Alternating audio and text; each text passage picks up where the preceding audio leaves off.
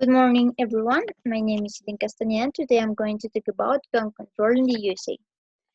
So, starting globally, the right to keep and bear arms is a right for people to possess weapons for their own defense. It is not very common in a constitution. For example, in 1875, only 17% of global constitution included that right, but then in 20th century, it comes down to 9%, which is very low. Nowadays, only three constitutions keep this right, which are Guatemala, Mexico, and the United States. It all started with the Bill of Rights in 1689, where the Protestants, Alliance of England, were allowed to have weapons for their own defense. That restricted the crown to have a standing against Protestants, so it was not regulated by the crown, but by the parliament. In the 17th century, the term arm refers to the process of equipping for war, only for war. But then in 18th century, with Sir William Blackstone, it was considered as an auxiliary of the natural right of resistance and self-preservation. Now, talking about the United States, in the United States, it is a fundamental right which is protected by the Second Amendment and the Constitution.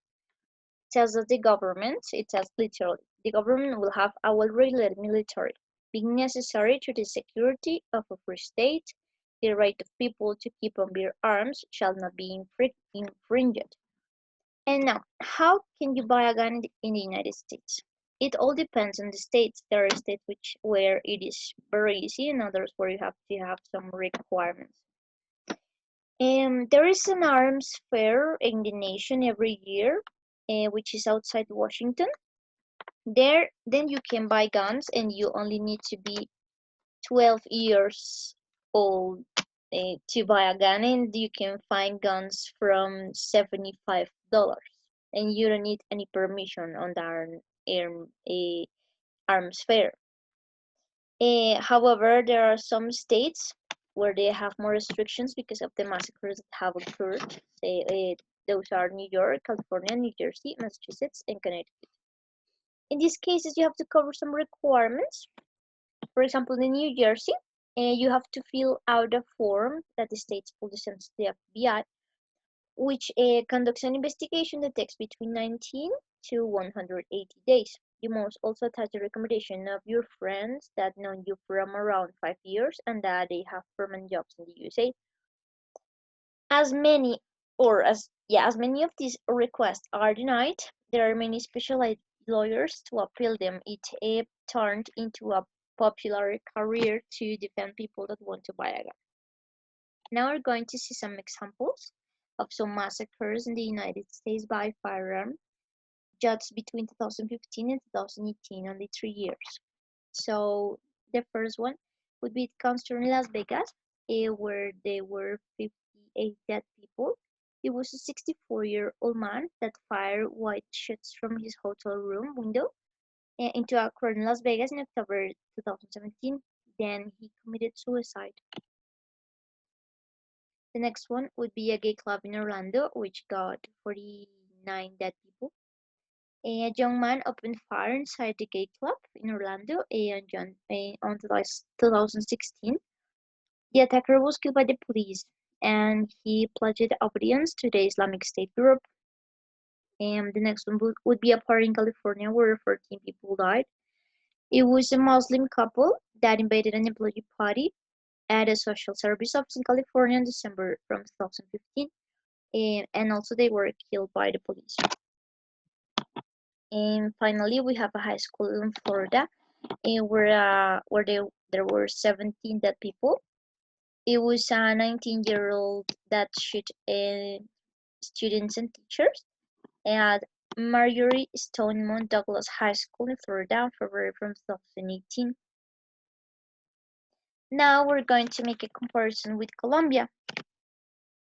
In Colombia, nowadays it is prohibited if you are not a police soldier or a military officer. It is prohibited to have or keep guns. Even though only in 2018 in Colombia, 827 special permits were granted so that normal citizens like you and me could carry their firearms, despite the fact that since 2015 in the country it is prohibited. Even if you have a safe conduct, which is a license, it is prohibited. Actually, this is one of the key points that Iván Duque and the Ministry of Defense are going to present. So they want to make some new restrictions because of that.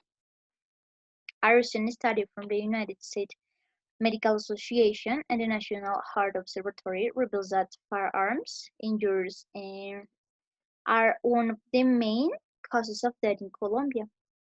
These figures indicate that between 2016 and 2018, also 2 years, there were around 33,000 people that died for a firearm. It affects more young men.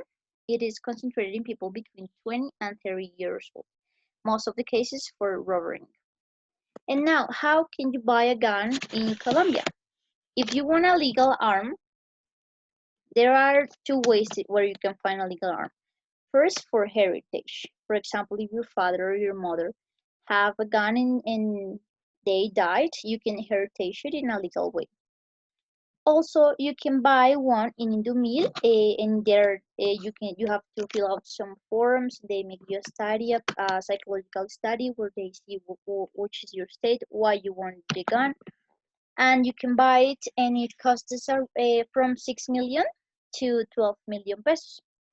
And you have to be 25 year old.